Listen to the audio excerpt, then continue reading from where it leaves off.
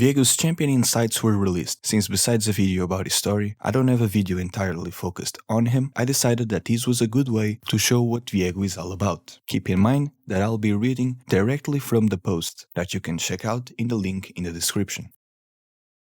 The Ruined King is one of the most iconic figures in League's history, but that's it, his history. Viego's life and the events that led to the Ruination happened 1,000 years ago, and although its effects are still felt throughout Runeterra, it was never anything more than an unfortunate chapter in the world's history, until now. After I finished Senna, our lead producer Ryan Reeve Morales made an offhand comment about how players seem to enjoy lore connections between champions, especially if they heard about them for a while. Players loved seeing Senna, Lucian, and Thresh's stories move forward, recalls champion designer August Browning. I joked that we should make the Ruined King next to finish that storyline, and he looked at me and said, "That's an amazing idea, that's your next champion." Working on Viego was particularly interesting because he lived 1,000 years in the past in a nation that doesn't exist in Runeterra. So that meant we needed to create an entire civilization in addition to Viego, explains narrative lead Jared Carnival Knights Rosen. I started by thinking about the type of person who would throw away everything to save the woman he loves, which was pretty much all we knew about Viego at that point. What's he like? What's his world like?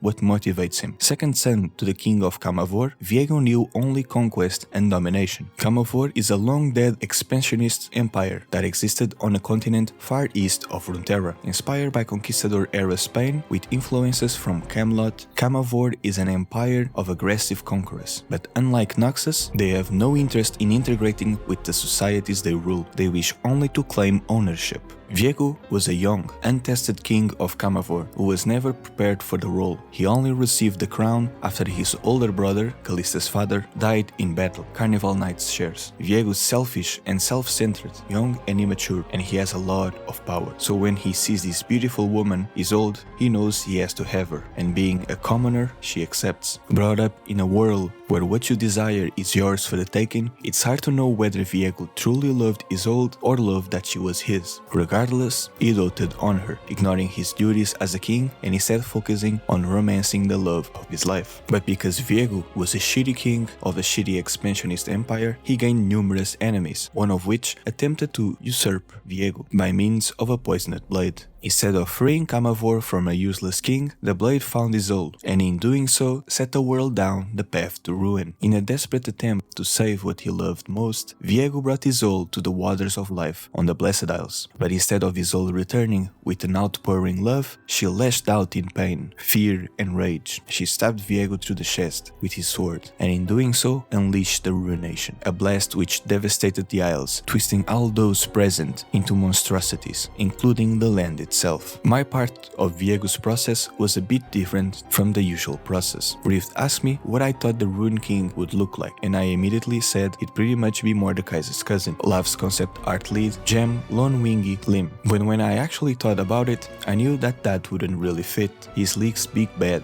I need to make sure I did that justice, so I wanted to create something more unexpected than just another guy in armor. Using the Camelot and Conquistador era influence from Camavor, his undying love for Isolde, and the absolute obsession with reclaiming what was his, she created the Viego we have now, young, angry, ruined. But there was one thing she added as a finishing touch. When I was drawing my initial Viego concept, I put a hole in his chest, the one left by Isolde when she stabbed him with his sword, and I thought there was nothing more hopelessly romantic than a big weeping hole in his chest where his heart should be, says Lone Wingy. The black mist pours out from the hole, searching for his wife. It's like his heart is crying for her. I just thought it was a beautiful physical representation of the pain he felt from Isolde's loss. Plus, it looks metal as fuck. At this point in the post, Riot August explains his thought process behind Viego's gameplay. As I mainly focused on the lore, I'll be skipping this part. As I said, you can check out the post for yourself in the link in the description. The only part that I'm not going to be skipping is this one explaining a scrapped idea for this sword. When we initially started on Viego, I knew that he'd have to buy Blade of the Ruined King, like it would be ridiculous if it wasn't a good item on him, August laughs. Originally, Viego would start the game with the item already in his inventory. The idea idea was that he'd start off weak and gather power throughout the game, in the form of souls. He started off with a small broken blade that had the old active that slowed people, but as he fed its souls, it eventually became the normal item, and then he could unlock it even further to become unleashed. The team planned on making this representative in his in-game model, so he would start off the game wielding a little baby dagger and then end with a massive two-handed sword Lone Wingy concepted. However, that design ended up on the shopping block. By the time August had come up with his version of the Blade of the Ruined King, he had already fleshed out the rest of Viego's kit, so the soul-collecting sword felt a bit disconnected from the rest of his design. Even though this idea wasn't realized in the game, it is interesting that, even if just from a gameplay perspective, Riot considered giving Viego a sword that changed appearance, getting bigger and stronger as he collected souls. This concept could easily explain the inconsistency in his sword design. As you see, nothing new was mentioned that we already didn't know from the stories and bios, besides what inspired Viego's kingdom of Camavor, which we now know was Conquistador era Spain and Camelot. The kingdom was a huge empire of aggressive conquerors. I also like his pre-Ruination design. The text under the picture mentions that it was made for the Ruined King game, so I expect to see it in either the game or the cinematic at some point.